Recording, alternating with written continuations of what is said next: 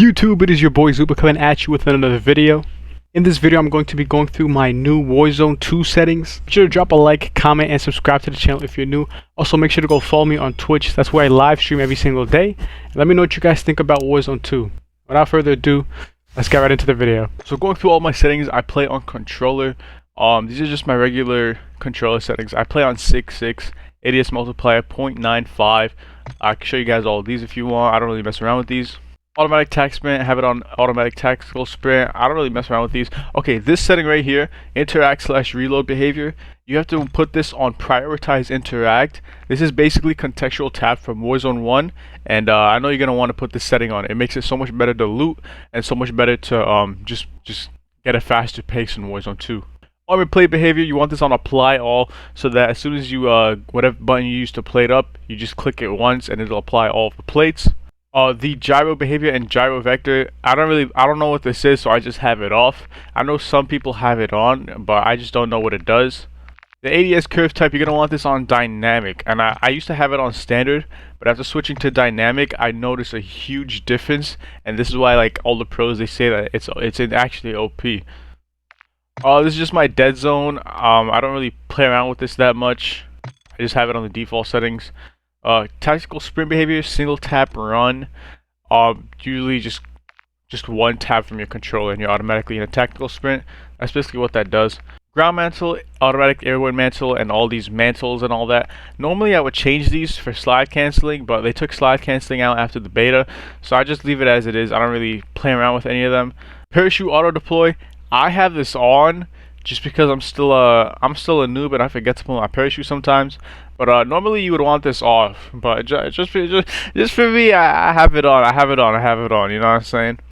Ledge mantle behavior, you're gonna want to put this to movement based, and really all this does is when you're hanging from like a ledge, all you would have to do is just click the up button and it'll mantle to get on top of it, rather than just having it on mantle only, where when you click to jump, you'd have to click it again to get on top of the whatever you want to jump on. So that's why I have it on movement based. All you got to do is just click the up button once and it'll mantle you on top of it. These are just combat behaviors. I have these on default. I don't really mess with them.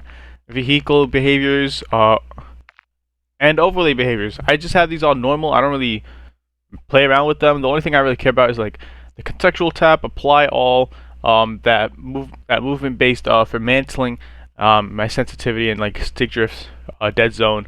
That's really all I care about for controller settings. I don't really play around with anything else. Moving on to the graphics tab.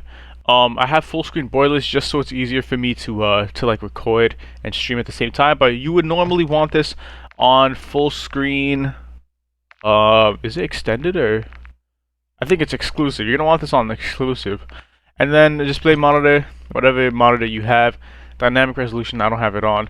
I have a lot of these off just so that I could get as much frame rate as I can. You saw in the gameplay, I'm getting around anywhere from like 110 to like 150 frames. It's really weird, but probably a couple more updates of this game, then it'll be pretty optimized to where I could get like a steady FPS, you know?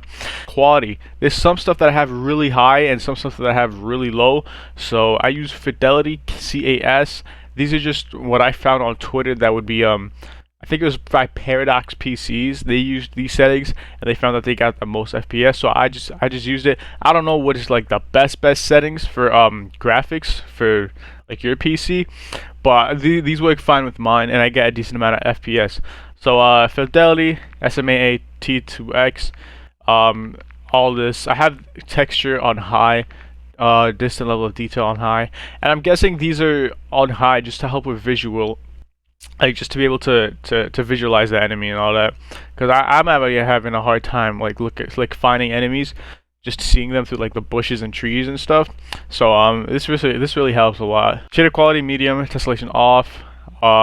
Yeah, these are just all my settings. Feel free to like copy like and all that. Yeah, I have it on like low, medium, off, low, off. Filigrane on 0. You don't want your game to be looking too grainy, you know what I'm saying? So you gotta keep it on 0. Heading over to view, I play on 120 FOV. And if you're on PC, I don't know if they have this on console, but I highly recommend you use affected instead of independent. And what this does is basically gives you less visual recoil, and it'll be way easier for you to control your recoil. Weapon field of view and third person. I don't really play third person. I just have it on default. You're gonna want to put first person camera movement on 50%.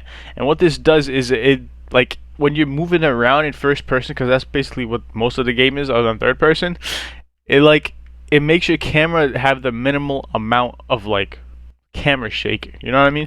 So I have it on 50%. Third person, if you were playing third person, I'll just put it on 50% as well. But yeah, that's it. Okay, so moving on to my graphic settings. My graphic settings will be a bit different because I have it hooked up to my Astro 840 mix amp. So I use the headphone bass boost, and I found this to be better than just regular headphones, because you can hear more footsteps with this. My master volume is at 22, but it's way too loud if I turn it up higher, so I just keep it on like 22, 24 is good. Music volume 0, dialogue. You want this at a little bit just so that you could hear. You want this high enough so that you can hear if enemies pop a UAV or something, you know? Effects volume, I'm gonna have this on 100 just so you can hear the footsteps. Speakers, headphones, default. I don't really mess around with that. Yeah, these are just voice chat, proximity chat. You're gonna want to turn this on. If you're a content creator like me, you're gonna want to turn proximity chat on, bro. I'm telling you, it's so funny having to run into people with proximity chat, because you can just get mad content from that. But if you want it off, that's up to you. I keep it on, but then I put it on push to talk so that they can't hear what I'm saying, so that they don't know where I'm at. Voice chat volume, I have it on 4, and yeah, that's pretty much it. That's really all my audio settings. We can move on to the interface settings. Moving on to the interface settings, you don't really want to touch anything other than color customization.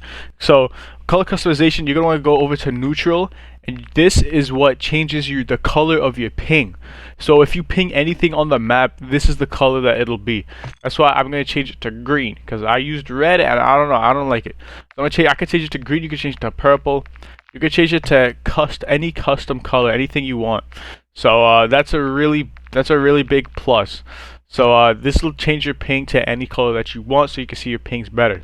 Other than that, you're gonna want to put the minimap shape on square just so you can see more. Minimap rotation on. That's pretty much it. I have everything else on default. Those are the only two things I changed, I think. I think that's pretty much it. I don't really mess around with anything else. And then account network, I'm not gonna show you guys that, you know what I'm saying? But that is going to conclude the settings video. I really hope you enjoyed it, and I hope you found a setting or two that you could change that'll make your gameplay better. Make sure to drop a like, comment, and subscribe to the channel if you're new. Make sure to go follow me on Twitch as well, and I'll catch you guys in the next one. Peace.